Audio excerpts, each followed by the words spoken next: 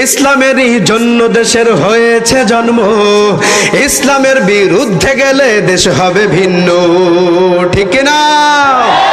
ও ইসলামেরই জন্য দেশের হয়েছে জন্ম, ইসলামের বিরুদ্ধে গেলে দেশ হবে ভিন্ন। ইসলামের বিরুদ্ধে যারা নিয়েছ অবস্থান, এই বাংলায় ঠাই হবে না, যাও হিন্দুস্তান, ঠিক না? ও জোর কদমে সামনে চলো, বজ্র কণ্ঠে আওয়াজ তোলো, সবাই মিলে একই তালে দাও না স্লোগান, লিল্লাহি তাকবীর,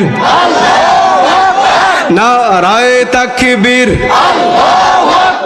আল্লাহ রাব্বুল আলামিন দুনিয়ার জমিনের মধ্যে মানুষকে যেই সম্পদ দিয়েছেন এবং মাল দিয়েছেন, যেই সম্পদ মাল আল্লাহ রাব্বুল আলামিন দুনিয়ার জমিনে বান্দাকে দিয়েছেন, এবং যেই সন্তানাদি আল্লাহ রাব্বুল আলামিন দুনিয়ার জমিনে বান্দাকে দিয়েছেন, কোন সময় মানুষের জন্য এটা হয় ফিতনার কারণ, আর কোন সময় এটা হয় মানুষের জন্য পরীক্ষার একটা কারণ।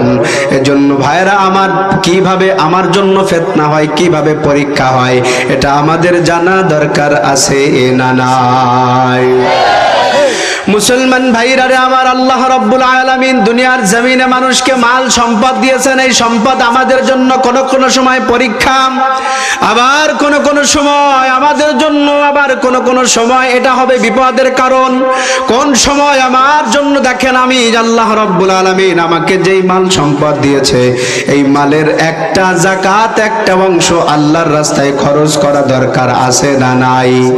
আল্লাহ রাব্বুল আলামিন যেই মালিক আমাকে সম্পদ দান করেছেন, এই মালিকই আমাকে এই সম্পদকে আবার দান করার জন্য একটা, আল্লাহ রাব্বুল আলামিন 1% আল্লাহর রাস্তায় খরচ করার জন্য আল্লাহ রাব্বুল আলামিন বান্দাকে বলেছেন, বান্দারে আমি তোরে যেই মাল সম্পদ আমি দান করলাম, এই সম্পদ থেকে তুই আমি আল্লাহর রাস্তায় দান করবি। একজন মানুষ যদি আল্লাহ রাব্বুল আলামিনের রাস্তায় দান করে, আল্লাহ রাব্বুল আলামিনের দেখানো বিধিনিষেধ অনুযায়ী এই সম্পদ যদি ব্যয় করে, আল্লাহ রাব্বুল আলামিনের বিধিনিষেধ অনুযায়ী আল্লাহর রাস্তায় যদি কোনো মানুষ এই সম্পদকে ব্যয় করে, তাহলে এই বান্দার জন্য এটা হবে পরীক্ষার একটা কারণ। এই বান্দা যখন আল্লাহর পরীক্ষায় পাশ করবে, আল্লাহ রাব্বুল আলামিন বান্দাকে বিনা হিসাবে জান্নাত দান করে দিবেন। মুসলমান ভাইরা রে আমার, এই জন্য আল্লাহ রাব্বুল আলামিন যে সম্পদ আমাকে দান করেছেন, এই সম্পদের যাকাত দেখবেন, যদি আমি সম্পদের যাকাত না দেই, আল্লাহর পয়গম্বর মুহাম্মদুর রাসূলুল্লাহ সাল্লাল্লাহু আলাইহি ওয়াসাল্লাম হাদিসের মধ্যে জানায় দেন যে এই সম্পদ কিয়ামতের ময়দানে বান্দার বিশাল বড় বড় বড় বড় ওয়াজাকার সাপে পরিণত হয়ে যাবে। এরপরে এই মাল যেই সাপে পরিণত হবে, এই সাপটাকে গলার মধ্যে রুমাল যেভাবে পাচানো হয়, এইভাবে করে গলার মধ্যে সাপটাকে পেঁচিয়ে দেওয়া হবে। এরপরে এই সাপটা বান্দার মুখের মধ্যে দংশন করতে থাকবে, আর চিৎকার করে এই সাপ বলতে থাকবে, আরে আমি তো কোনো সাপ নয়, আমি হইলাম তোর দুনিয়ার জমিনের মধ্যে মাল। আল্লাহ রাব্বুল আলামিন তোকে যেই মাল সম্পদ দান করেছিল, যেই সম্পদ আল্লাহ তাআলা তোকে দিয়েছিল, এই সম্পদ আজকে তুই দান না করার কারণে, এই সম্পদ আল্লাহর রাস্তায় ব্যয় না করার কারণে আমি আজকে তোর জন্য সাপে পরিণত হয়েছি। একবারে চিৎকার মেরে বলা যাবে কি নাউজুবিল্লাহ? মুসলমান ভাইরা রে আমার, এরপরে ওয়া আউলাদুকুম ফিতনা, আল্লাহ রাব্বুল আলামিন বলেন বান্দার জন্য সন্তান আদি আমি মানুষদেরকে দিয়েছি। আমার বাবার সন্তান আমি, আমার মায়ের থেকে আমি জন্মগ্রহণ করেছি। সুতরাং এই সন্তান আদি অনেক সময় আমার জন্য নাজাতের কারণ হয়ে যায়। যদি আমার সন্তানকে সঠিক দিক নির্দেশনায় পরিচালনা করতে পারি, আমার সন্তান আমার জন্য নাজাতের কারণ হয়ে যাবে। আর যদি আমার সন্তানকে আমি সঠিক দিক নির্দেশনা অনুযায়ী চলাতে না পারি, তাহলে আমার সন্তান আমার জন্য জাহান্নামের কারণ হয়ে যাবে। কথা বলেন ঠিক কিনা? মুসলমান ভাইরা রে আমার, কথাগুলো দিল দিয়ে বুঝবেন। আমি কথা এদিক সেদিক কোনো নড়চড় নাই, শুধু আয়াতের উপরে ব্যাখ্যা যতটুকু করা যায় আয়াতের অর্থ বলে আমি আপনাদের সামনে থেকে বিদায় নেব। মুসলমান ভাইরা রে আমার, কথাগুলো দিল দিয়ে বুঝবেন। এরপরে এই সম্পদ আমাদের জন্য সন্তানাদি আমাদের জন্য কোনো সময় আমাদের জন্য হয়ে যায় নাজাতের কারণ, জান্নাতে যাওয়ার একটা কারণ হয়ে যায়। আবার কোনো সময় আমার এই সম্পদ জাহান্নামে যাওয়ার জন্য একটা কারণ হয়ে যায়। কথা বলেন ঠিক কিনা? এজন্য মুসলমান ভাইরা রে আমার, আমি আমার সন্তানের কারণে জাহান্নামে যাব, এটা কি কেউ চাই বলেন? কেটা কেটা চাই? হাত তোলেন। অনেকেই চাই, দেখেন হুজুগে বাঙালি হাত তুলে ফেলছে, বোঝে নাই। মনোযোগ আকর্ষণ। মুসলমান ভাইরা রে আমার, আমার সন্তানের কারণে আমি জাহান্নামে যাব, এটা দুনিয়ার জমিনে কোনো বাপ কোনো মা চাবে না যে আমার সন্তানের কারণে আমি জাহান্নামে যাব। দেখা যাচ্ছে অনেক সময় পিতা মাতা অনেক ভালো নেক কাজ করে যাচ্ছে, কিন্তু দেখা গেল আমার সন্তান কোনো নেক কাজের ধারে কাছেও যায় না। আমি যদি দুনিয়ার জমিন থেকে আমার সন্তানটাকে যদি আমি কোরআনের শিক্ষায় শিক্ষিত না করে যাই, যদি আমি তাকে দিন শিক্ষা না দিয়ে যাই, এই সন্তান আমি ইন্তেকালের পরে আমার জন্য কোনো কিছু করতে পারবে না, বরং তার অপরাধের কারণে আল্লাহ রব্বুল আলামিন আমাকে পাকড়াও করবেন। এই অপরাধ যদি কঠিনতর কঠিন হয়ে যায়, আল্লাহ রব্বুল আলামিন ওই পিতা মাতার জাহান্নামের কারণ হবে এই সন্তান। কথা বলেন ঠিক কিনা? মুসলমান ভাইরা রে আমার, কথাগুলো দিল দিয়ে বুঝবেন।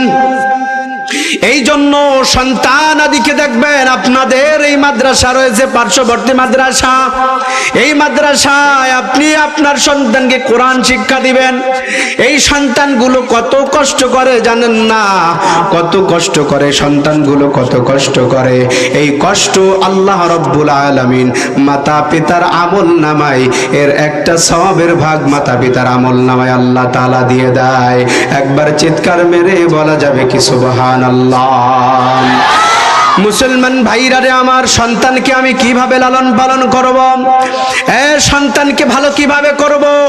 আল্লাহর পয়গম্বর বয়ান করেছেন, সাহাবা একরাম বয়ান করেছেন, খলিফাতুল মুসলিমিন হযরত ওমর রাদিয়াল্লাহু তাআলা আনহু একদিন এভাবে করে, যেমন আমি আপনাদের সামনে বয়ান করতেছি, খলিফাতুল মুসলিমিন হযরত ওমর রাদিয়াল্লাহু তাআলা আনহু এভাবে করে বয়ান করতেছিলেন, মাতা পিতার হক সম্পর্কে বয়ান করতেছিলেন, যে একজন সন্তান মাতা পিতাকে কি পরিমাণ ভালোবাসবে, তার কি পরিমাণ হক রয়েছে মাতা পিতার উপরে।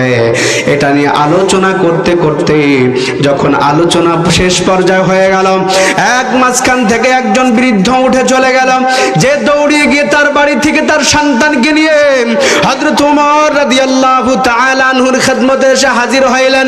বললেন, খলিফাতুল মুসলিমিন, আপনি বললেন যে একজন সন্তান তার মাতা পিতার কেমন খেদমত করবে, আপনি তো এইটা বয়ান করলেন, কিন্তু দেখেন আমার সন্তানকে আপনার সামনে এনে হাজির করলাম। আমার এই সন্তান কখনো মাতা পিতার খেদমত করে না, আমাদের অবাধ্য হয়ে চলে।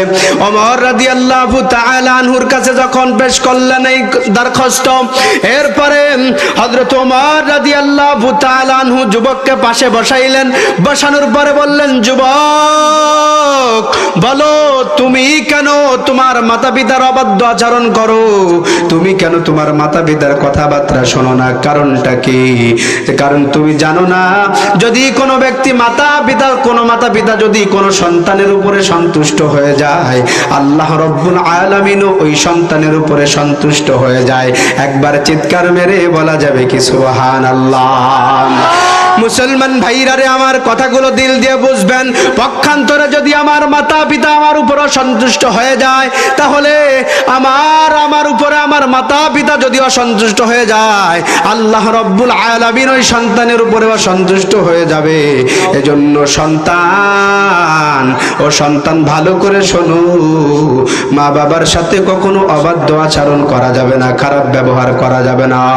সব সময় তাদের কথাবার্তা শুনতে হবে এবং তাদের সাথে সদাচরণ করতে হবে, তারা যেন শব্দ পর্যন্ত না বলে, এমনটাও আল্লাহ রাব্বুল আলামিন কোরআনে পাকের মধ্যে নিষেধ করে দিয়েছেন।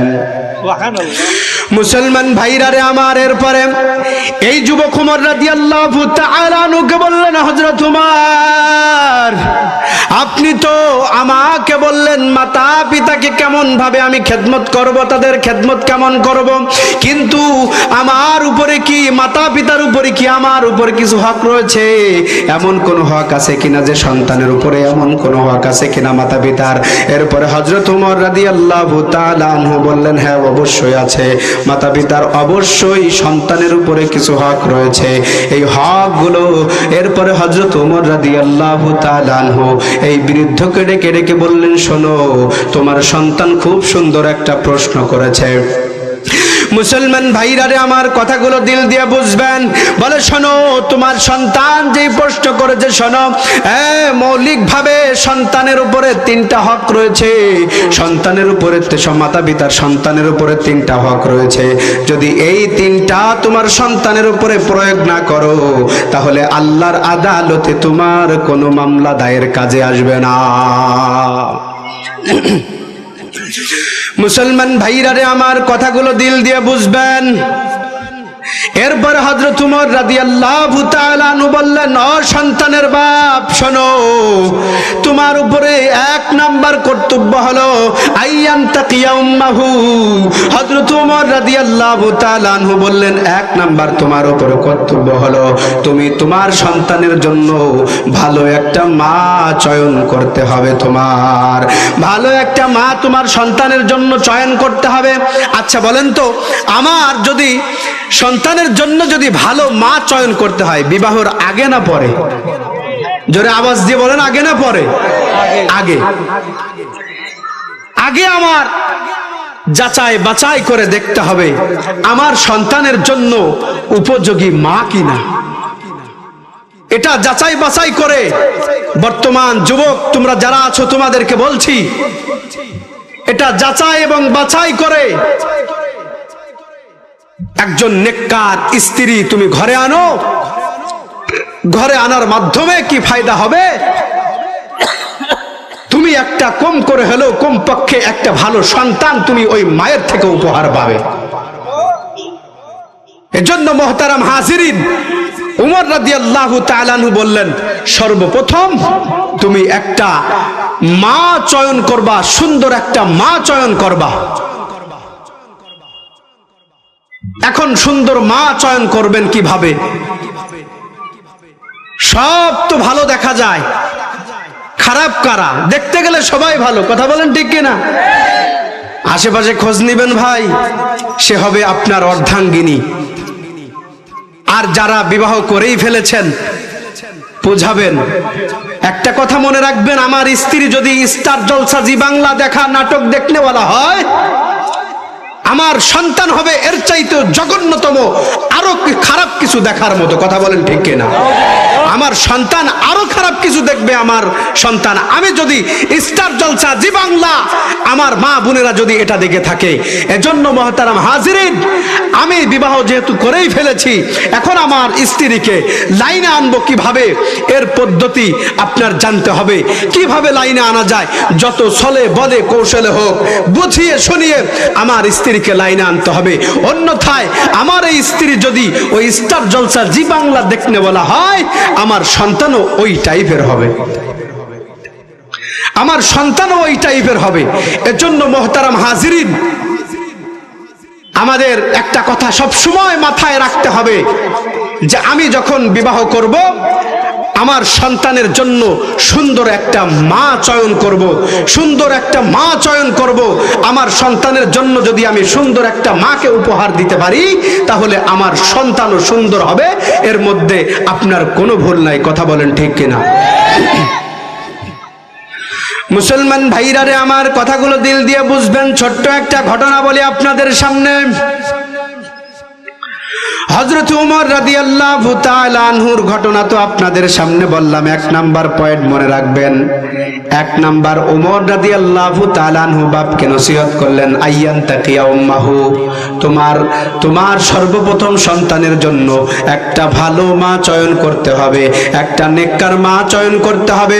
আর যদি তুমি তোমার ভালো নেককার মা চয়ন করতে না পারো, এই শুনে নাও, এ ভুলার মানুষ শুনে নাও, যদি তুমি তোমার সন্তানের জন্য ভালো মা চয়ন করতে না পারো, তাহলে তোমার একটা কথা তুমি হাতে কলমে লিখে নাও, ওই সন্তানটা ভালো হবে এটা তুমি একদম ভুল ধারণা তোমার, এটা ভাবাও যাবে না যে আমার ওই সন্তানটা ভালো হবে।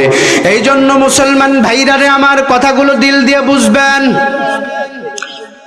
এক ব্যক্তি মাদ্রাসায় আসছে, বলে, এক মা এসে মাদ্রাসায় এসে বলে, মা আমার সন্তানকে আমি হুজুর মাদ্রাসায় ভর্তি করব, আমার সন্তানকে মাদ্রাসায় ভর্তি করে নেন।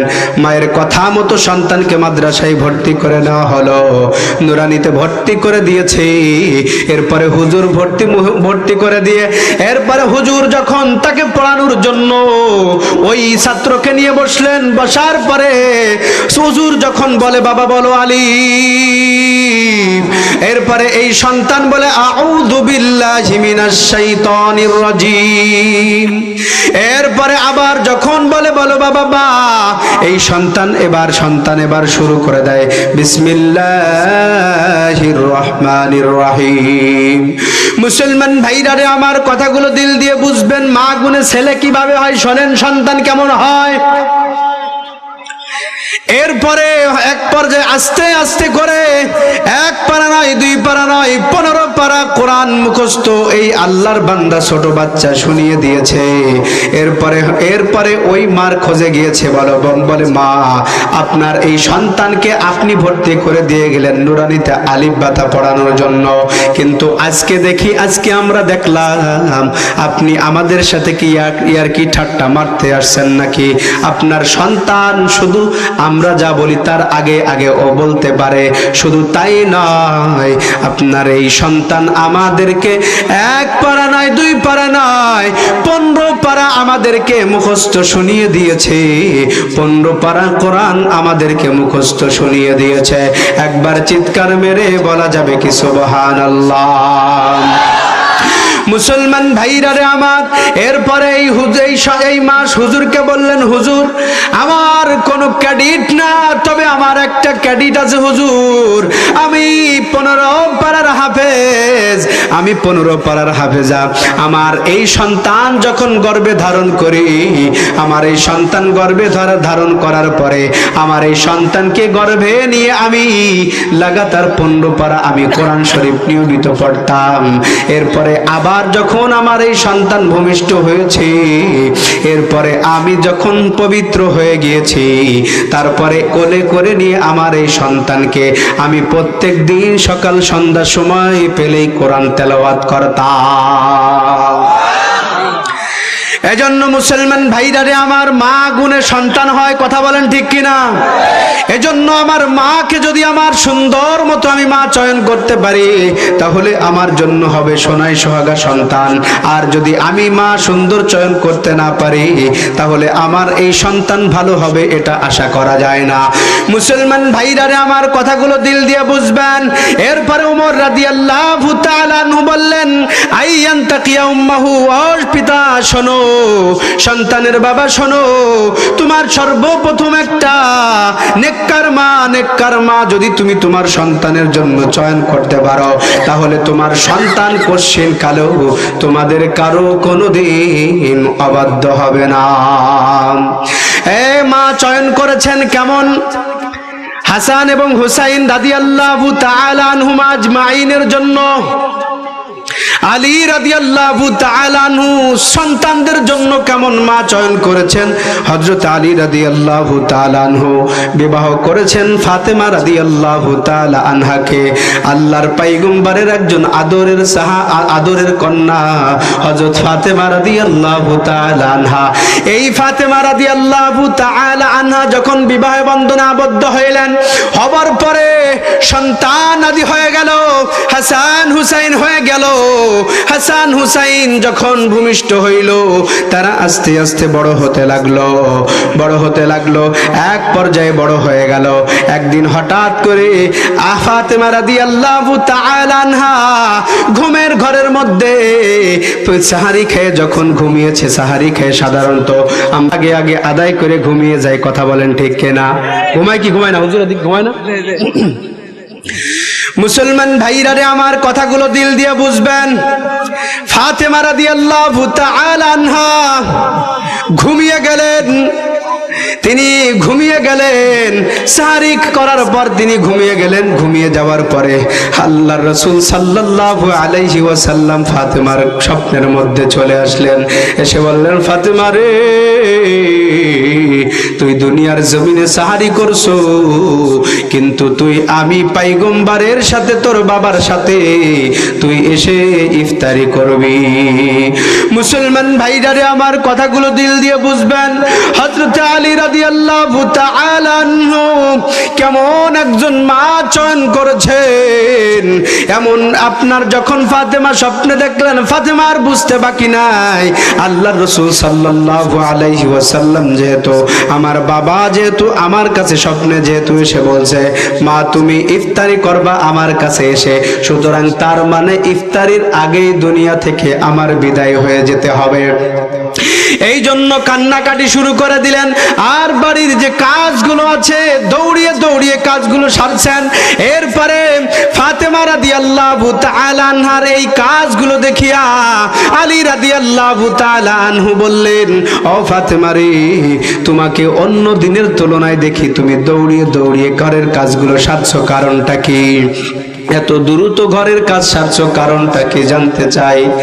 মুসলমান ভাইরা রে আমার, হযরত ফাতেমা রাদিয়াল্লাহু তাআলা আনহা হযরত আলীকে জড়িয়ে ধরে কান্না করে দিয়ে বললেন, প্রাণের স্বামী আমার, আমি দুনিয়ার জমিনের মধ্যে মনে হয় আমার আর থাকা হবে না, কারণ আমি স্বপ্নের মধ্যে দেখলাম আমার বাবা পয়গম্বর আমার স্বপ্নের মধ্যে আসছে, এসে বলছে, ফাতেমা রে, তোমার ইফতারি মনে হয় ওই ইফতারি তোমার আমার কাছে এসে করবা। সাহারি করেছো তুমি দুনিয়ার জমিনে, ইফতারি করবা তুমি তোমার বাবার কাছে আসিয়া। এটার মানে এটা যখন বলল, হযরত আলী রাদিয়াল্লাহু তাআলা আনহুর বুঝতে বাকি থাকলো না যে হয়তোবা আমার স্ত্রী দুনিয়া থেকে বিদায় নিয়ে চলে যাবে। হযরত আলী রাদিয়াল্লাহু তাআলা আনহু জড়িয়ে ধরে কান্না করতে লাগলেন। এবার কান্না করতে করতে ফাতেমাকে কান্না করে বলছে, ফাতেমা, আমি অনেক কষ্ট, অনেক দিন হইল আমি বিবাহের পর থেকে নিয়ে কোনোদিন আমি তোমাকে পেট পুইরা করা খাবার খাওয়াইতে পারি নাই।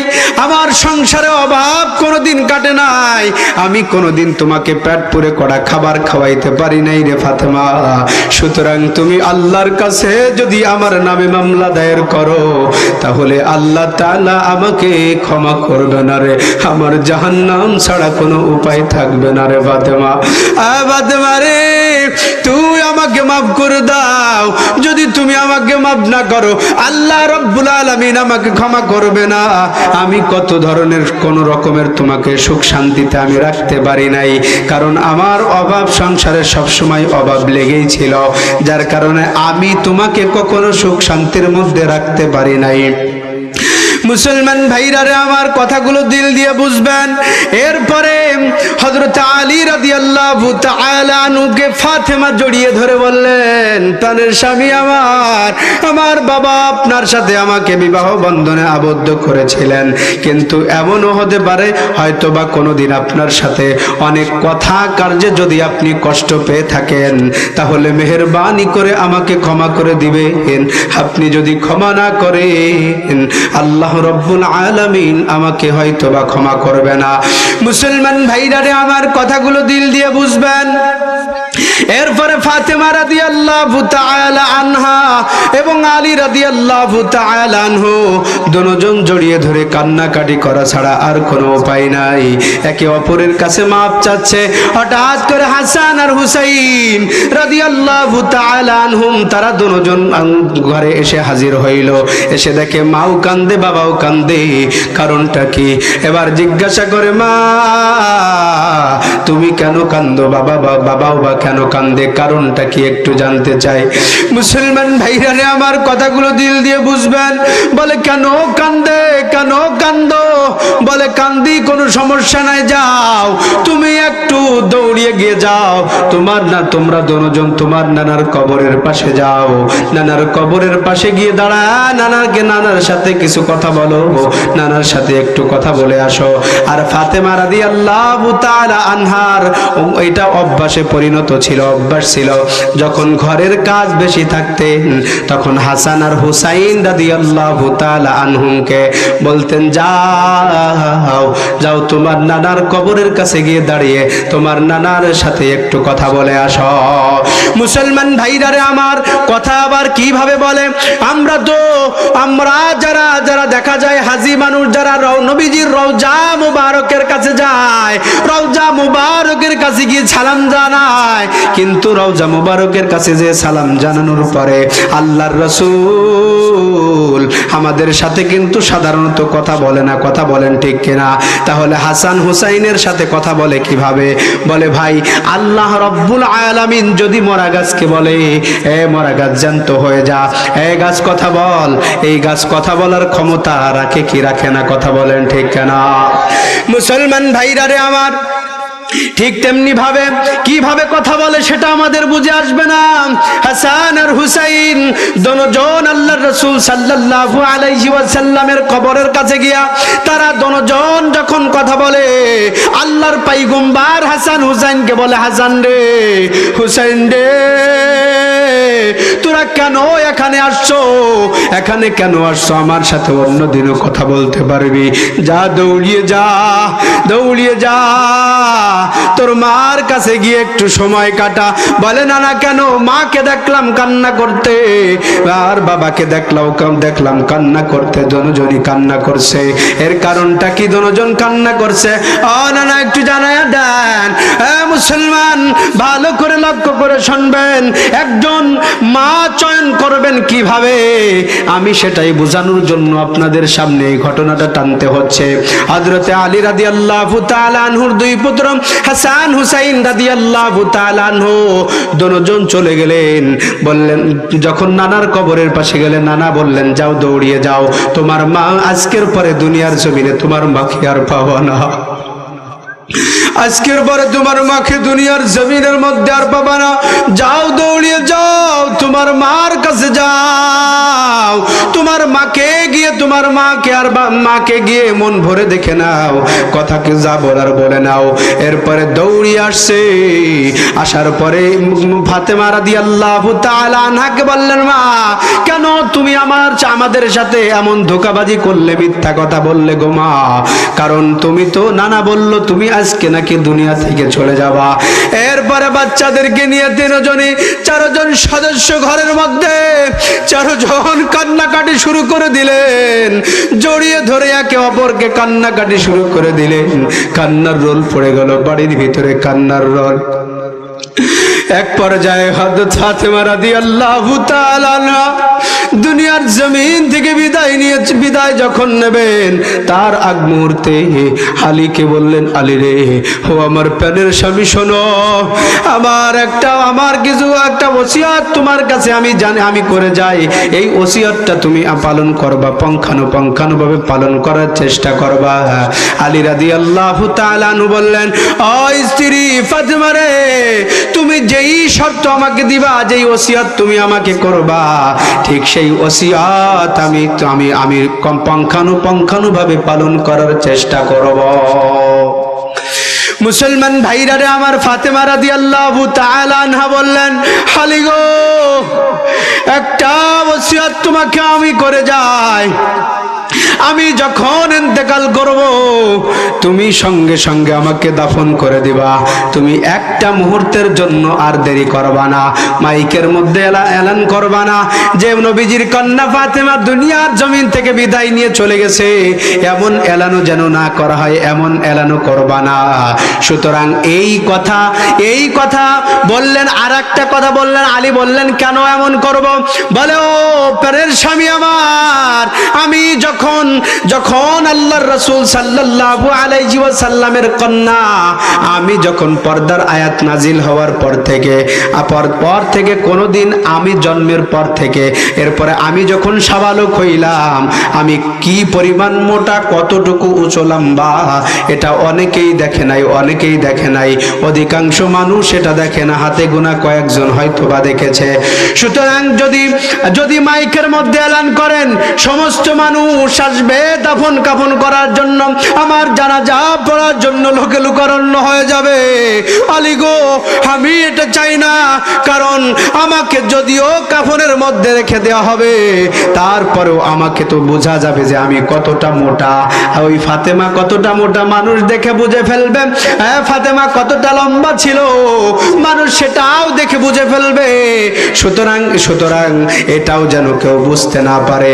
সুতরাং আমি দুনিয়া থেকে বিদায় নিয়ে চলে যাব, সুতরাং এক মুহূর্তের জন্য দেরি করবেন না, সঙ্গে সঙ্গে আপনি একা একা দাফন কাফনের ব্যবস্থা করে দিবেন। সম্মানিত হাজিরিন, এই ছিল আপনার ফাতেমা রাদিয়াল্লাহু তাআলা আনহার কেমন একটা। আর আমাদের এখন বর্তমান কি জানেন? আমাদের বর্তমান হলো যে আমাদের জানাজায় আমাদের আসা যত লোক বেশি হবে, যেই জানাজায় যত বেশি লোক হবে সেই জানাজাটা মনে হয় সফল কাম হয়েছে। কথা বলেন ঠিক কিনা?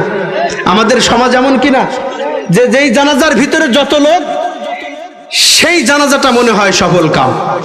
এজন্য মুহতারাম হাজিরিন, আর তখনকার তাদের কি ছিল যে মারা যাব তো আমরা জান্নাতে চলে যাব, কারণ তারা জীবনটাকে সেভাবে সাজিয়েছে। আজকে আপনার আর আমার জীবন কেমন ভাবে সাজাইলাম, আজকে দুনিয়ার যশ খ্যাতি, এই যশ খ্যাতির জন্য যত রকমের গুনাহ আছে, যত রকমের খারাপি আছে আমরা করি। কথা বলেন ঠিক কিনা? এজন্য মুহতারাম হাজিরিন, এই যশ খ্যাতি কামানোর জন্য গুনাহের দিকে ধাবিত হওয়া যাবে না। কথা বলেন ঠিক কিনা? মুসলমান ভাইরারে আমার কথাগুলো দিল দিয়ে বুঝবেন। এক পর্যায়ে ফাতেমা রাদিয়াল্লাহু তাআলা আনহা দুনিয়ার জমিন থেকে বিদায় নিয়ে চলে গেলেন। এরপরে আলী রাদিয়াল্লাহু তাআলা আনহু সব কিছু তিনি একা একা সারলেন। সারার পর এবার তিনি কবরস্থান পর্যন্ত কি করে নিয়ে যাবেন, কি করে ফাতেমাকে দাফন করবেন। কারণ খাটিয়ার এক পাশে ধরলে অপর পাশে ধরার কোনো লোক নাই, এক পাশে ধরলে অপর পাশে ধরার কোনো লোক নাই। কারণ হাসান এবং হুসাইন একেবারে ছোট্ট মানুষ, এদেরকে দিয়ে কখনোই সম্ভব হবে না। আলী রাদিয়াল্লাহু তাআলা আনহু পেরেশানি হয়ে গেলেন, পেরেশান হয়ে চিন্তা করতে লাগলেন, আল্লাহ, আমার স্ত্রী আমাকে যেই ওসিয়ত করে গিয়েছে এই ওসিয়ত আমি তো পালন করব, আমার থেকে চেষ্টার কোনো কমতি নাই।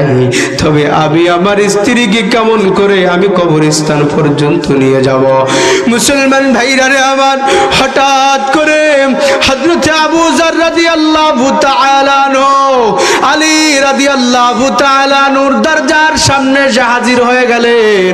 হাজির হয়ে দরজার মধ্যে কড়া নাড়লেন। এরপরে আলী রাদিয়াল্লাহু তাআলা আনহু ভিতর থেকে বললেন, ভাইকে বলো, আমার স্ত্রীর ওয়াদা, আমার স্ত্রীর ওসিয়তটা কি তুমি আমাকে পালন করতে দিবা না? আমার স্ত্রীর ওসিয়তটা কি তুমি পালন করতে দিবা না রে ভাই? সুতরাং তুমি যাও, তোমাকে তো আমি ডাকি নাই, তুমি কেন আসছো? আমি চেষ্টা করব যত কষ্টই হোক। এরপরে আবু যর রাদিয়াল্লাহু তাআলা আনহু বললেন, ভাই আমি তো একা একা আসি না, আল্লাহর রাসূল আমাকে এই ফাতেমার দাফন কাফন করার জন্য পাঠিয়েছে। একবার চিৎকার মেরে বলা যাবে কি সুবহানাল্লাহ? বলে কিভাবে? বলে আমি ঘুমিয়েছিলাম, আমি ঘুমের ঘরে আল্লাহর রাসূল এসে বললেন, আবু যর রে, তুই আরামে ঘুমাচ্ছ, আর ও পাশ দিয়ে আমার কন্যাকে দাফন কাফন করার জন্য আমার আলী কাউকে খুঁজে পাচ্ছে না, একাও পারছে না। যারে যা, দৌড়িয়ে যা, যে আমার আলীর সাথে আমার কন্যাকে দাফন কাফনের ব্যবস্থা করে দাও। মুসলমান ভাইরা রে আমার, এরপরে দাফন কাফনের জন্য কবর স্থানে নিয়ে গেলেন। আবু যার রাদিয়াল্লাহু তাআলা আনহু নিয়ে চলে গেলেন। নিয়ে যাওয়ার পরে যখন কবরের মধ্যে হযরত আবু যার রাদিয়াল্লাহু তাআলা আনহু এবং আলী রাদিয়াল্লাহু তাআলা আনহু নামবেন, এরপরে এই আগ মুহূর্তে আবু যার রাদিয়াল্লাহু তাআলা আনহু কবরকে উদ্দেশ্য করে বললেন, কবর শোন, তোর ভিতরে কাকে রাখছি তুই জানো? তোর ভিতরে কাকে রাখছি জানো? তোর ভিতরে আল্লাহর পয়গম্বর মুহাম্মাদুর রাসূলুল্লাহ সাল্লাল্লাহু আলাইহি ওয়াসাল্লামের কন্যাকে রাখছি। সুতরাং কবর সাবধান, তুই আল্লাহর রাসূলের কন্যার সাথে ভালো ব্যবহার করবি। কবর তুই জানো তোর ভিতরে কাকে রাখছি জানো? তোর ভিতরে রাখছি খাতুনে জান্নাত ফাতেমা রাদিয়াল্লাহু তাআলা আনহাকে, মহিলাদের সর্দারিনী ফাতেমাকে রাখছি। সুতরাং কবর সাবধান, তুই ফাতেমার সাথে ভালো ব্যবহার করবি। এরপরে আবার ডাক দিয়ে বলে, কবর তোর ভিতরে কাকে রাখছি জানো? হাসান হুসাইন রাদিয়াল্লাহু তাআলা আনহুর দুইজনের মা ফাতেমাকে রাখছি। সাবধান সাবধান কবর, তুই কিন্তু ভালো ব্যবহার করবি, খারাপ ব্যবহার করবি না। এরপরে কবরের জবানকে আল্লাহ রাব্বুল আলামিন খুলে দিয়েছেন। এই কবর এবার ডাক দিয়ে বলে, আবু যার শুনে নাও, শুনে নাও যে আমি কবর আল্লাহর রাসূলকে চিনি না, আমি কবর আল্লাহর রাসূলের কন্যাকে চিনি না, আমি কবর হাসান হুসাইনের মাকে চিনি না, আমি কবর খাতুনে জান্নাত ফাতেমাকেও চিনি না। সুতরাং আমি কবর ওই ব্যক্তিকে চিনি যেই ব্যক্তি ঈমান এবং আমল নিয়ে আমার কাছে আসবে, ওই ব্যক্তিকে ছাড়া আমি কবর আর কাউকে চিনব না। সম্মানিত হাজিরিন, ওই ফাতেমা রাদিয়াল্লাহু তাআলা আনহার জন্য কবর যদি এই জবাব দেয়, আপনার আমার অবস্থা কোথায়? আপনার আমার অবস্থা কি হবে? একবারও কি একটু চিন্তা করে দেখেছেন? এজন্য বলতেছিলাম, মুসলমান ভাইরা রে আমার, কথাগুলো দিল দিয়ে বুঝবেন। এক নাম্বার, উমর রাদিয়াল্লাহু তাআলা আনহু বললেন, সন্তানের বাবা আপনার জন্য এক নাম্বার শর্ত হলো আপনি সন্তানের জন্য একটা ভালো মা, নেককার মা চয়ন করবেন। আর যদি নেককার মা চয়ন করতে না পারেন, এই সন্তান ভালো হবে, আপনার এই সন্তান আপনার খেদমত করবে, এটার আশা করাও বোকামি ছাড়া আর কিছু না। মুসলমান ভাইরারে আমার, এর জন্য ভালো একটা মা চয়ন করবো তো ইনশাআল্লাহ। যুবক ভাই হাত তোলো, যারা এখনো বিবাহ করো নাই হাত তোলো। হুজুর, আমরা ওয়াদা করছি যে আমরা ভালো একটা মা চয়ন করব। আর যারা বিবাহ করে ফেলেছেন সবাই একই চিন্তা নিয়ে বাড়িতে যাবেন। আমার স্ত্রীকে আজকে নসিহত করব, স্ত্রী শোনো, আল্লাহর রাসূলের আদর্শ অনুযায়ী চলতে হবে। আমার সন্তান তাহলে আমি যে আমলটা করব, আমার সন্তানের উপরে তার প্রভাব পড়বে। মুসলমান ভাইরারে আমার, কথা আর দীর্ঘায়িত নয়। এরপরে হযরত উমর রাদিয়াল্লাহু তাআলা আনহু বললেন, আইয়ু আল্লিমাহুল কুরআন, তুমি এই সন্তানকে কোরআন শিক্ষা দিবা, এই সন্তানকে কোরআন শিক্ষা দিবা। সন্তানকে যদি কোরআন শিক্ষা না দাও, এই কোরআন শিক্ষা দেওয়ার জন্য মাদ্রাসা আছে। এই কোরআন শিক্ষা যখন কোনো একটা জিনিস খেয়াল করে দেখবেন, কোনো আলেম উলামার মা বাবা কিন্তু ওই বৃদ্ধাশ্রমে যাওয়া লাগে না। কথা বলেন ঠিক কিনা? কয়জন আলেম উলামার মা দেখেছেন বৃদ্ধাশ্রমে গিয়েছে? বলেন, কয়জন আলেম উলামার মা দেখেছেন? এজন্য আমার সন্তানকে যদি কোরআনের ইলম, কোরআনের শিক্ষা যদি আমার সন্তানকে দিতে পারি, তাহলে আমার এই সন্তান আমাকে কখনোই, আমি বৃদ্ধ হয়ে গেলে, কারণ তার ভিতরে কোরআন এবং হাদিসের ইলম আল্লাহ রাব্বুল আলামিন দিয়েছেন, এজন্য আমি বৃদ্ধ হয়ে গেলে আমার এই সন্তান কখনোই আমাকে ওই বৃদ্ধাশ্রমে রেখে আসবে না। মুসলমান ভাইরারে আমার, যে কথা বলতেছিলাম হযরত আলী রাদিয়াল্লাহু তাআলা, একটু পিছন থেকে আসছি। হযরত আলী রাদিয়াল্লাহু তাআলা আনহু এই ফাতেমা রাদিয়াল্লাহু তাআলা আনহুকে বলতেছিলাম, ঘরটার মধ্যে চারজন সদস্য। কয়জন? আরো জোরে বলেন কয়জন? আলী রাদিয়াল্লাহু তাআলা আনহু, ফাতেমা রাদিয়াল্লাহু তাআলা আনহার দুই সন্তান হাসান এবং হুসাইন, এই চারজন সদস্য ছাড়া আর কোনো কিছু নাই, আর কিছুই নাই, আর কোনো সদস্য নাই। কিন্তু এই সংসারের মধ্যে এত অভাব অনাটন থাকা সত্ত্বেও, এই সন্তান এই ঘরের মধ্যে এত অভাব অনাটন থাকা সত্ত্বেও হযরত আলী রাদিয়াল্লাহু তাআলা আনহু এরপরেও কোনোদিন তিনি কখনো মালিকের দরবারে অভিযোগ দায়ের করে নাই। ফাতেমাও কোনোদিন অভিযোগ দায়ের করে নাই যে আমার স্বামী আমাকে বিবাহের পর থেকে নিয়ে কোনোদিন ভালো খাবার দিতে পারে নাই, বিবাহের পর থেকে নিয়ে আমার স্বামী কোনোদিন আমাকে ভালো পরণ দিতে পারে নাই, এমন কোন অভিযোগ কোনোদিন দিতে পারে নাই। এরপরেও কোনোদিন আল্লাহর রাসূলের কাছে অভিযোগ দেয় নাই। আল্লাহর রাসূল সাল্লাল্লাহু আলাইহি ওয়াসাল্লাম আলী রাদিয়াল্লাহু তাআলা আনহুর সাথে বিবাহ দিয়েছেন। ফাতেমাকে গরিব দেখে বিবাহ দিয়েছেন, কিন্তু ফাতেমা যখন ঘরের মধ্যে যায়, ঘরের মধ্যে কয়েকটা জিনিসপাতি ছাড়া আর কিছুই ছিল না, আর কোনো কিছুই ঘরের মধ্যে আর কোনো কিছুই ছিল না। মুসলমান ভাইরারে আমার, কথাগুলো দিল দিয়ে বুঝবেন, সংক্ষেপ, খুবই সংক্ষেপ। হযরত আলী রাদিয়াল্লাহু তাআলা আনহুকে কোনোদিন অভিযোগ করেন নাই। এই আলী রাদিয়াল্লাহু তাআলা আনহু ঘরটার মধ্যে অনেক দিন হলো, কয়েকদিন হয়ে গেছে, ঘরের মধ্যে কোনো আগুন জ্বলে না, চুলায় আগুন জ্বলে না। পেটের মধ্যে ক্ষুধা নিয়ে হাসান এবং হুসাইনকে দুজন কোলে নিয়ে, আলী এবং ফাতেমা দুজন কোলে করে নিয়ে আল্লাহর রাসূলের দরবারে চলে গিয়েছে। যে বলে, বাবা আমাদের ঘরের ভিতর হলো কয়টা দিন আগুন জ্বলে না, আমরা কোনোদিন এখন পর্যন্ত কয়েকদিন হয়ে গেল আমরা খানা খাইতে পারি না। ও বাবা, আপনি যদি আমাদের জন্য খানার ব্যবস্থা করতেন একটু ভালো হতো। আল্লাহর রাসূল সাল্লাল্লাহু আলাইহি ওয়াসাল্লাম ফাতেমাকে ডাক দিয়ে বললেন, ফাতেমা রে, তুই 2-3 দিন যাবত না খেয়ে রয়েছ, আর তুই মনে করেছ তোর বাবা খেয়ে আছে।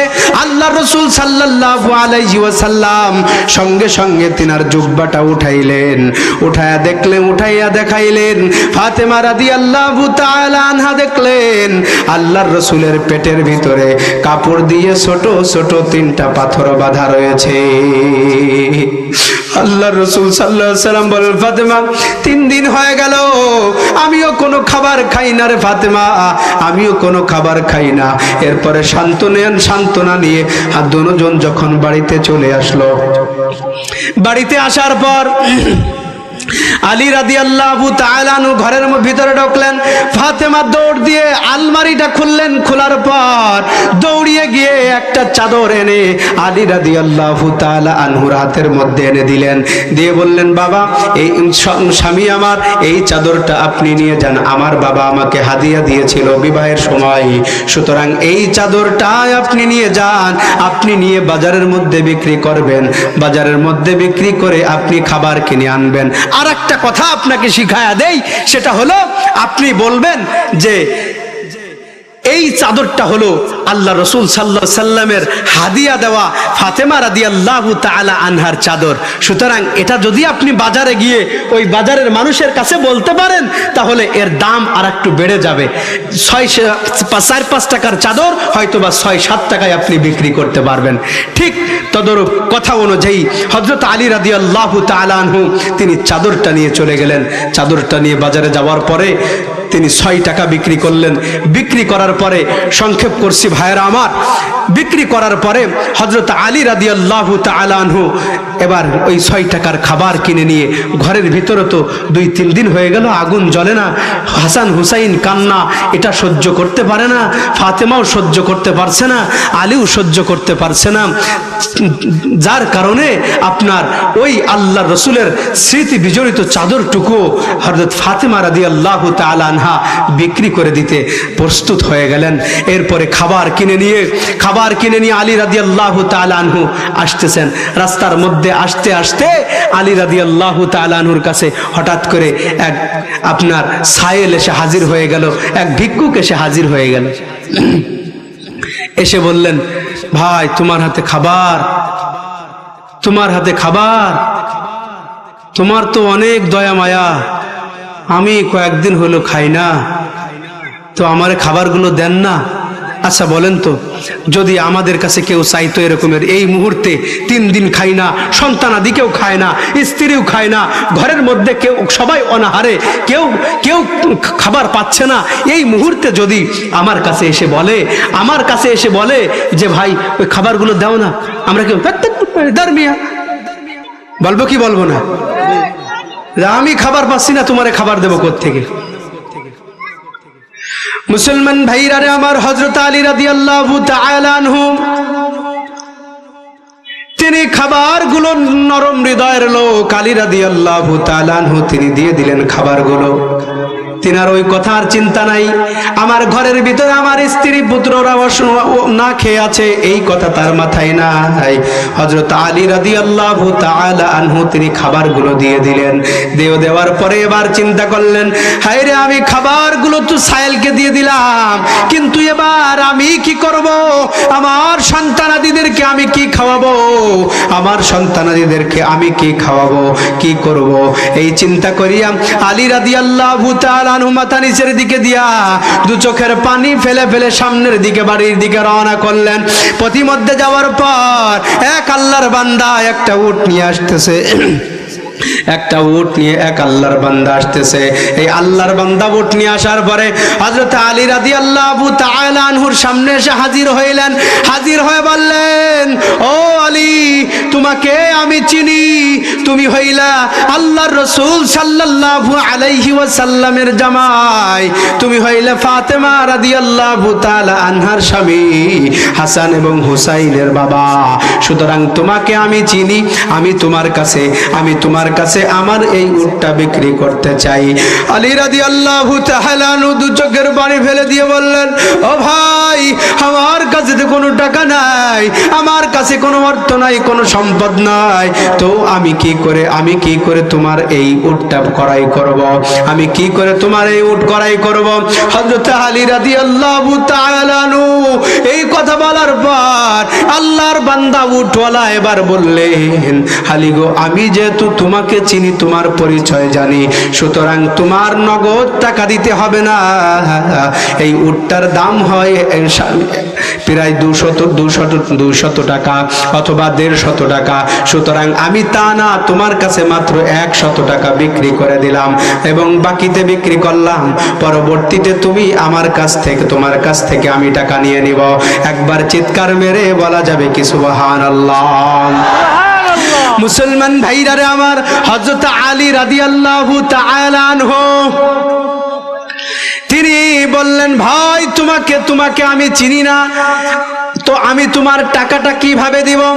আলী রাদিয়াল্লাহু তাআলা আনহুকে উট বিক্রেতা বললেন, ভাই, আমি যেহেতু তোমাকে চিনি, সুতরাং তোমার টেনশন করতে হবে না, তোমার হাতে যখন টাকা আসবে আমি ঠিক তখন তোমার কাছে গিয়ে এই টাকাগুলো বুঝে নিয়ে নিব। মুসলমান ভাইরা রে আমার, কথাগুলো দিল দিয়ে বুঝবেন। এরপরে হযরত আলী রাদিয়াল্লাহু তাআলা আনহু তিনি ক্রয় করে নিয়ে বাজারের দিকে রওনা করলেন। কিছু দূর যাওয়ার পরেই এক আল্লাহর বান্দা আরেকজন এসে সামনে এসে হাজির হয়ে গেল। হাজির হয়ে বলে, আলী রে, তুমি এই উটটা কি বিক্রি করবা? হযরত আলী রাদিয়াল্লাহু তাআলা আনহু বলেন, হ্যাঁ, আমি বিক্রি করার জন্য আমি বাজারে নিয়ে যাচ্ছি, তবে শোনো, বাকিতে কিন্তু আমি বিক্রি করতে পারবো না। বলে, বাকিতে বিক্রি করার দরকার নাই, তোমার সম্পূর্ণ টাকায় আমি নগদ দেব, বলে ক টাকা দিবা বলো? বলে 160 টাকা তোমাকে দিব। একবার চিৎকার মেরে বলা যাবে কি সুবহানাল্লাহ? মুসলমান ভাইরারে আমার 160 টাকায় হযরত আলী রাদিয়াল্লাহু তাআলা আনহু উটটা বিক্রি করে দিলেন। বিক্রি করে দেওয়ার পর হযরত আলী রাদিয়াল্লাহু তাআলা আনহু এবার তিনি কিছু টাকার খাবার কিনলেন। খাবার কিনে এবার তিনি বাড়ির দিকে রওনা করলেন টাকা পয়সা নিয়ে। কিছু দূরে যেতে না যেতেই একা ওই সেই বিক্রেতা হযরত আলী রাদিয়াল্লাহু তাআলা আনহুর সামনে এসে হাজির হইলেন। আলীকে বললেন, আলী তুমি কি উট বিক্রি করেছো? হযরত আলী রাদিয়াল্লাহু তাআলা আনহু বলেন, হ্যাঁ আমি উট বিক্রি করেছি। এরপরে ওই ব্যক্তিকে টাকা 100 টাকা বুঝিয়ে দিয়ে আল্লাহর বান্দা বাড়ির মধ্যে মিজাজটা খুবই ফুরফুরে মিজাজ নিয়ে খাবার হাতে নিয়ে আরো অনেক টাকা পয়সা নিয়ে বাড়ির মধ্যে চলে গেল। এই ফাতেমা রাদিয়াল্লাহু তাআলা আনহা বললেন, স্বামী আমার, কেন তোমার মন মিজাজ এত সুন্দর ফুরফুরে মন মিজাজ কেন? কারণটা কি জানতে চাই। হযরতে ফাতেমা রাদিয়াল্লাহু তাআলা আনহা বললেন, এত সুন্দর মিজাজ আপনার কেন? আবার এত খাবার দেখতেছি, আবার দেখছি কত টাকা, এই টাকা কোথায় পাইছো? এই চাদর কি এত দাম হয়েছে নাকি? এরপরে হযরত আলী রাদিয়াল্লাহু তাআলা আনহু এই ফাতেমার কাছে বললেন, ফাতেমা শোনো, আমি আমার কাছে এই ঘটনা যখন খুলে বললেন, ফাতেমা রাদিয়াল্লাহু তাআলা আনহা বললেন, শোনো এই খাবার আগে চলো আল্লাহর রাসূলের কাছে চলে যাই। একবার চিৎকার মেরে বলা যাবে কি সুবহানাল্লাহ? মুসলমান ভাইরারে আমার, হযরত আলী রাদিয়াল্লাহু তাআলা আনহু এবং ফাতেমা দুজনই চলে গেলেন আল্লাহর রাসূলের কাছে। আল্লাহর রাসূল সাল্লাল্লাহু আলাইহি ওয়াসাল্লামের কাছে যাওয়ার পর আল্লাহর রাসূল দেখেই বুঝে ফেলেছেন কেন আসছে। আল্লাহর রাসূল বললেন, কেন আসছো ফাতেমা? বুঝতে আমার বাকি নাই, আমি বুঝে ফেলেছি। বলে, বাবা আপনি কিভাবে জানলেন? বলে, তোমরা এখানে আসার আগে আল্লাহ রাব্বুল আলামিন জিবরাইল আমিনকে আমার কাছে পাঠিয়ে দিয়েছে। জিবরাইলের মাধ্যমে আমি সব কথা জানতে পেরেছি। বলে, বাবা ঘটনাটাকে একটু জানায় দেন, বলে দেন। এরপরে আল্লাহর রাসূল সাল্লাল্লাহু আলাইহি ওয়াসাল্লাম বললেন, আলী শোনো, ওই যে প্রথম যে উট বিক্রেতা, তুমি যখন 6 টাকার খাবার আল্লাহর রাস্তায় আল্লাহকে রাজি খুশির জন্য ওই ভিক্ষুককে দান করে দিয়েছো, ওই ভিক্ষুককে দান করে দেওয়ার কারণে আল্লাহ রাব্বুল আলামিন এত পরিমাণ খুশি হয়েছে, যার কারণে তোমার উপর সন্তুষ্ট হয়ে আল্লাহ রাব্বুল আলামিন তোমার জন্য সঙ্গে সঙ্গে নগদ ব্যবস্থা করে দিয়েছে। বলে কিভাবে? বলে, প্রথম যে তোমার কাছে উট বিক্রেতা উট বিক্রি করছে সে হইল হযরত জিবরাইল আলাইহিস সালাতু ওয়াস সালাম। আল্লাহু আকবার। তোমার কাছে যে উট বিক্রেতা উট বিক্রি করছে, আল্লাহ রাব্বুল আলামিন জিবরাইল আলাইহিস সালাতু ওয়াস সালামকে একটা উট দিয়ে পাঠাইছেন তোমার কাছে বিক্রি করার জন্য। আর কিছু দূর যাওয়ার পর তোমার কাছ থেকে যেই উটটা ক্রয় করে নিয়েছে যেই ব্যক্তি, ওই ব্যক্তি দুনিয়ার কেউ না, ওই ব্যক্তি আল্লাহ রাব্বুল আলামিনের ফেরেশতা মিকাইল। মুসলমান ভাইরারে আমার, আল্লাহ রাসূল সাল্লাল্লাহু আলাইহি ওয়াসাল্লামের সাহাবীদের ঘটনা থেকে আমরা জানতে পারলাম। এরপরে আলী রাদিয়াল্লাহু তাআলা আনহু বললেন, ব্যাপার কি? আমি তো দান করলাম 6 টাকা, কিন্তু আল্লাহ রাব্বুল আলামিন আমাকে তো দিলে 50 টাকা দিলেও পারতো, আবার ইচ্ছা করলে একটু বেশিও দিতে পারতো, কমও দিতে পারতো।